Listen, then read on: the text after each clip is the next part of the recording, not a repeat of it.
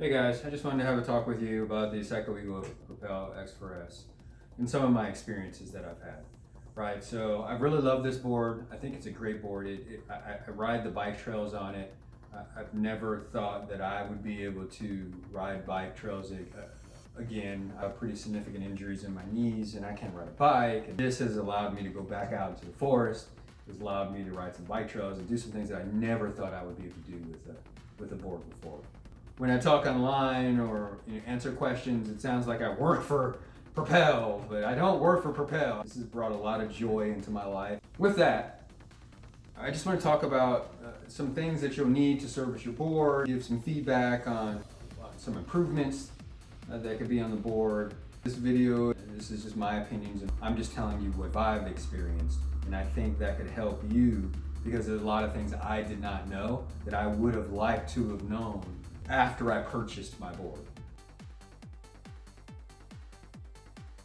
One of those things is greasing. Greasing is really, really important. So I've had a lot of pieces, a lot of parts break because of lack of lubrication. I've been doing some service to the board, but I've got it taken apart here. So you need to put grease in all of these shafts, all these gear shafts on all four sides. You need to make sure that you grease these parts here that also fit into the shafts, and then there's another rubber piece here that this will require greasing as well. So all of these parts will fail, I know from experience, if they are not managed and taken care of. These are all the tools that I have used just in this recent repair. So I had a part that failed or that broke. I call it the transmission steering arm, I guess. I don't know what to call it. It was because it was last year's model.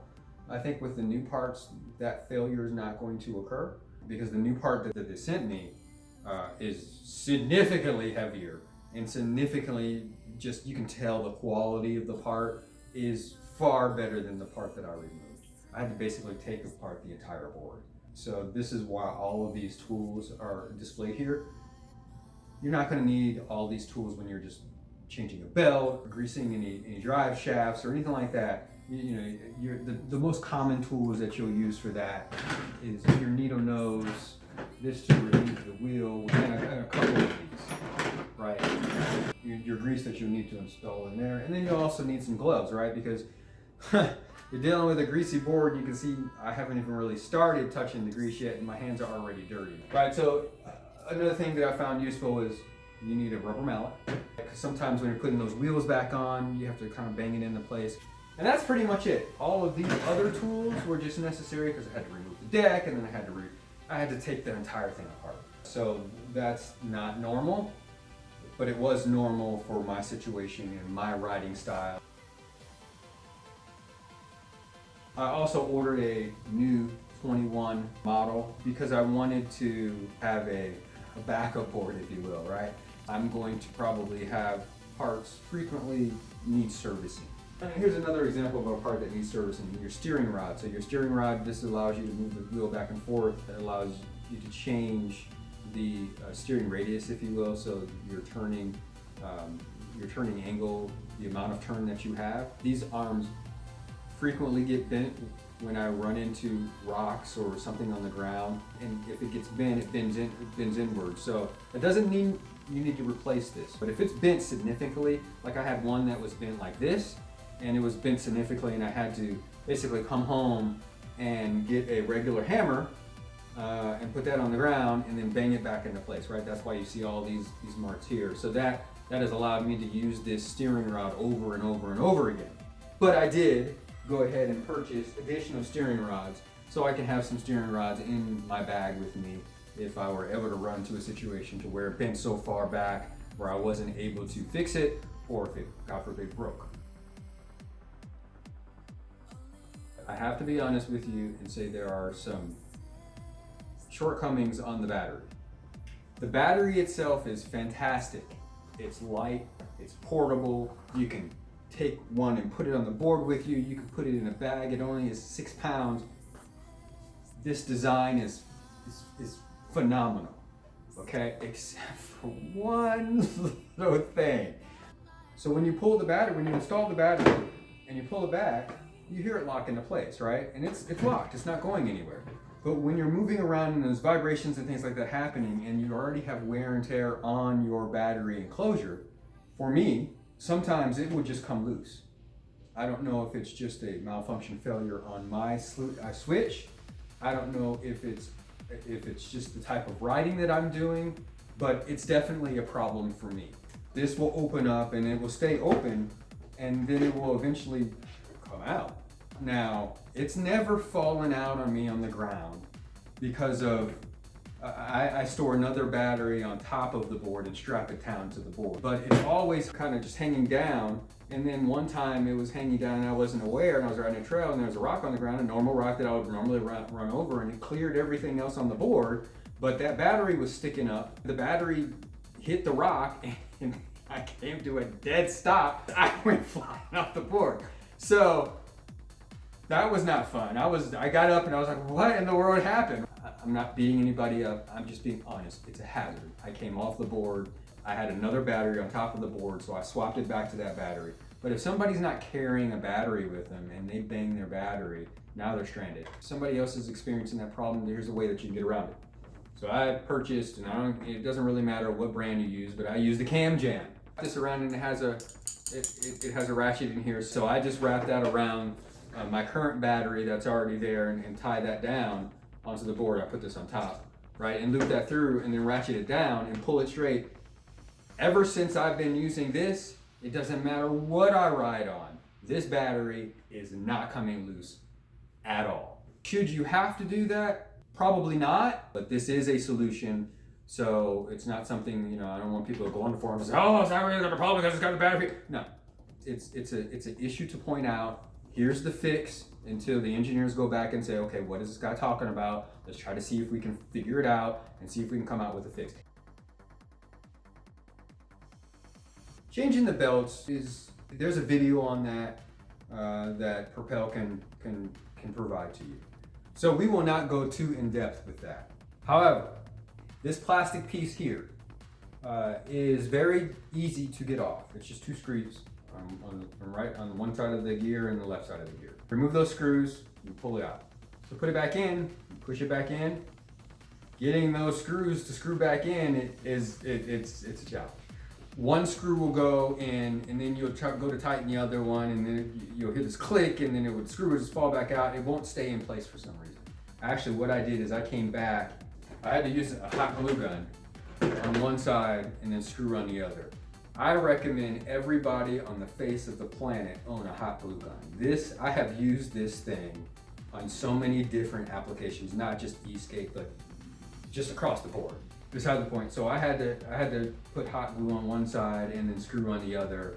It was just too much of a hazard of the screw sticking out and this not turning right. And perhaps they have fixed this issue on the 21 model. I don't know. I haven't received my Propel X4S 21 model yet. So when I do receive that, I'm going to look into that and see if that's been fixed. A lot of people are buying these boards even from watching my videos. So I want to make sure when they get these boards, and if they run into any of these issues, they don't say, oh, this thing sucks. No, it doesn't suck.